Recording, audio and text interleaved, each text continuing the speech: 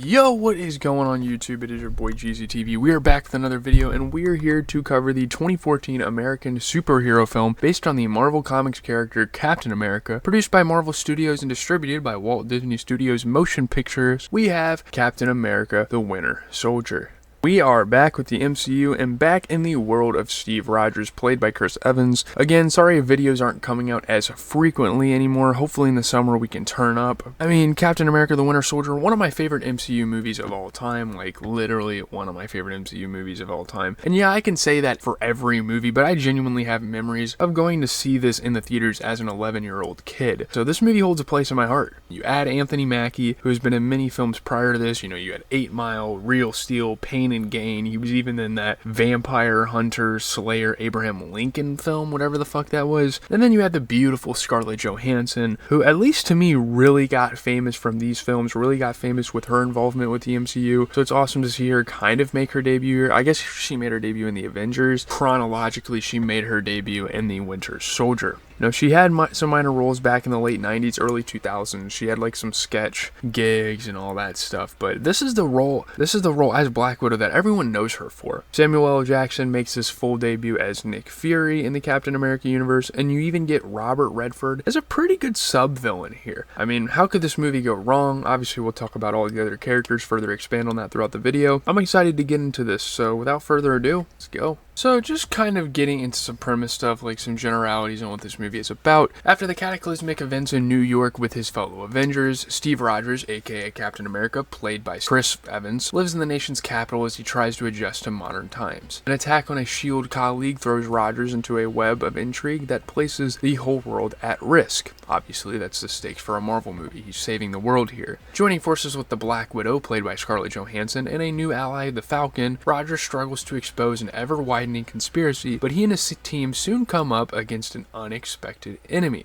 So Steve basically finds this guy he met at the beginning of the movie. He passes by on his runs or whatever, and that guy happens to be Sam Wilson, who, if you've paid attention to the comics for long enough, you know him as the Falcon. So that's a cool kind of dynamic, I think, that they kind of threw in here. He also happens to be a former pararescue guy, so that is cool too. That's perfect for like joining forces with Captain America, who was very involved with the military back in the World Wars. It's kind of strange though, I mean, how they integrate him into the story, but I still liked his character. I still think Anthony Mackie was great. They come across the Winter Soldier, the main robotic sort of villain, hitman, whatever you want to call him of the film, who actually just so happens to be a very important piece of his past. We will find out who that is here in just a moment, so watch on to kind of figure that out, you know. So getting into the good, I mean, this movie is damn near a perfect action movie. I don't see a problem with it at all, really. It's got a great story behind it. Most, if not all, of the characters are badass. There's twists and turns that you would never expect, and it's just such a spectacle. It's a wonderful film to look at. All these things we're going to expand on here in a moment. Getting into each of these things, you know, one by one, you have Steve, who is getting accustomed to the new age of tech, just like the whole story arc, cybersecurity, warfare, etc. It's pretty cool to see him navigate through that. It's a very minor details of the film, but I enjoyed it quite a bit. And then he stumbles across the Winter Soldier, who is to me the most badass villain and at least the Captain America franchise, and he definitely stacks up with most other Marvel villains as well. I love the Winter Soldier here. It's crazy, like, holy shit, I used to idolize that character as a kid. It's so fucking awesome to come back to this movie and see him again, and to learn that he is a brainwashed Bucky Barnes who is like a super soldier for the Soviets and used in that way, and you have that war theme from the first film once again coming forth. I love it. I love how everything kind of ties in with his character. The whole traitor angle with the people in S.H.I.E.L.D. and not knowing who's on what side, and just the pandemonium that breaks into the office when these revelations come to light. It's a great dynamic. It makes this movie so gripping and so entertaining. All on the edge of your seat. It's a great fucking movie. That whole sequence where they're standing in the office and Captain America's like, anyone want out? And he just beats everyone's ass. That was awesome. This movie, more than a decent amount of MCU movies, has the type of drama that can certainly come off as corny at times, but in this film it works so damn well. I love how they did it here. And the moment you see Cap try to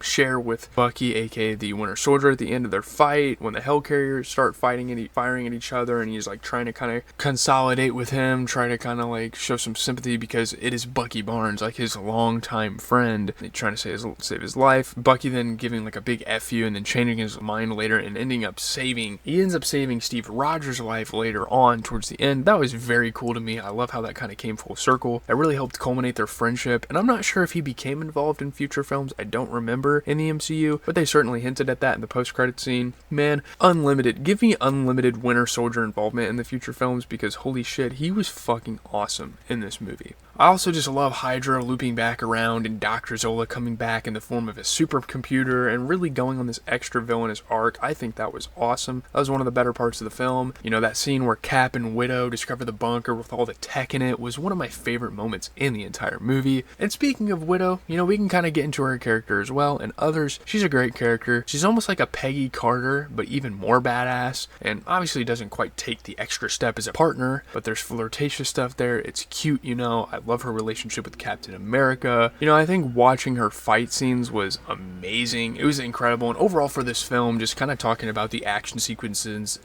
and the scenes and the fight choreography, it's just prime Marvel. It is absolutely fantastic. It is peak Marvel in terms of just the action in it. It's fucking great. It's comparable to some of the John Wick movies we've talked about on the channel. And as for Falcon getting into his character, I love how he isn't necessarily a superhero, but he is like badass enough and has the combat experience that he adds. He adds so much to the spectacle. He adds so much to this group, and he's a great addition as they kind of like picked him up, brought him under their wing throughout the film to be on this mission. Sick. He also has this humor to him, and his dynamic with Steve is great. Great relationship. Anthony Mackie perfectly cast in this role. Maria Hill is great here. Sharon Carter is awesome. Like, even the side characters are awesome. Like, I love movies that don't waste characters. I think that makes for amazing films, and I've kind of said similar things about other movies on the channel, but when you don't waste a single character in this movie, it's fucking great. There's like one major character we'll talk about soon that they kind of waste. Other than that, they do a great job with the utilization here. It's awesome. Just a bunch of badass special agents walking around. Good villains as well. You get Robert Redford as Alexander Pierce and Frank Grillo as Crossbones. They are perfectly cast side villains, and it is hard for side villains to work in a comic book film, believe me. Like, I've seen franchises attempt it, and it hardly ever works, but here it is absolutely magnificent. They do this so well in this movie. You have an evil mastermind in Pierce, and you almost have a mini version of the Winter Soldier in Crossbones. It's some awesome characters right there. Again, the villains in this movie are top notch. They're great. And, you know, this should go without saying, but Chris Evans as Captain America is great because his character is portrayed as this robotic NPC, just do my mission type of character, but Chris's charisma really helps bring some emotion out of this character, sort of like how Arnold was in the second Terminator movie with the T-800 character. You know, Steve connects with the other characters so well, and it just reminded me of that sort of thing. So that's basically my good stuff for the film. It's an awesome movie. I'll just say that.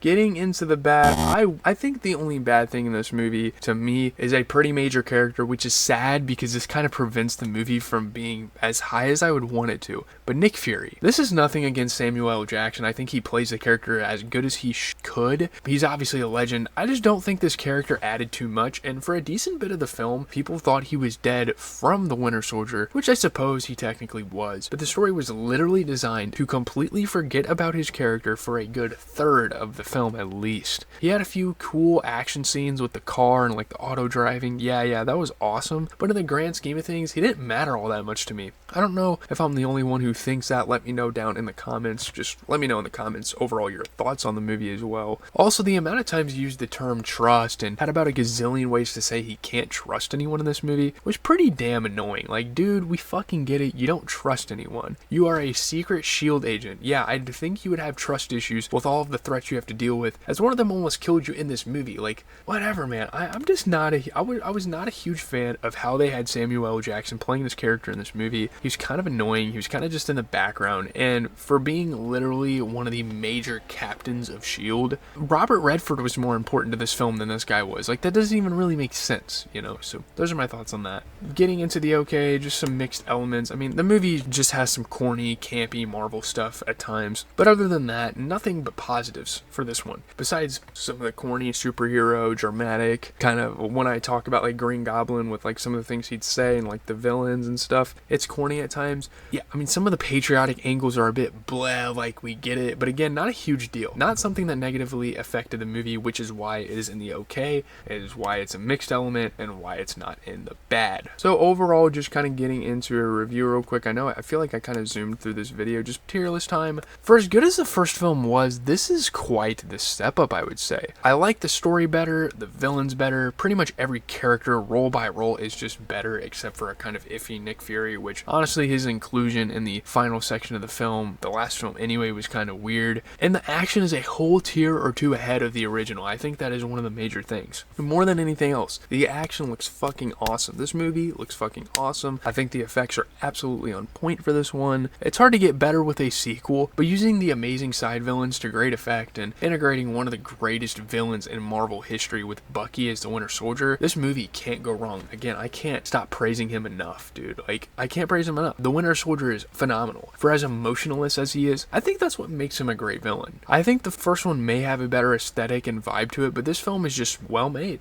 It's just more well made. Even the shots look great with this one, so let me know what you think in the comments. Again, I cannot wait until we get to the original Avengers film, which is coming up next. Holy fucking shit, what a moment that was for my childhood, and what a moment it's about to be to cover for this channel. Also, next week, the new season of You comes out, so I'm definitely gonna have to dive into that, and I'm definitely gonna have to go back into my old videos. With that being said, I give this movie a 9 out of 10. I'm just going to put that out there. It's a 9 out of 10. It is an exceptional movie. It is basically a whole tier better than the original, the first Avenger. That's going to do it for the video. Let me know what you think. Leave a like, comment, and subscribe. As always, this has been your boy GZTV. Every single night for the NBA playoffs as well. Check me out. We're going to be live streaming, doing recaps of the games, doing all sorts of stuff. Appreciate your guys' support. Some of you guys have been trying to contact me and stuff. I think that's awesome. I'm out.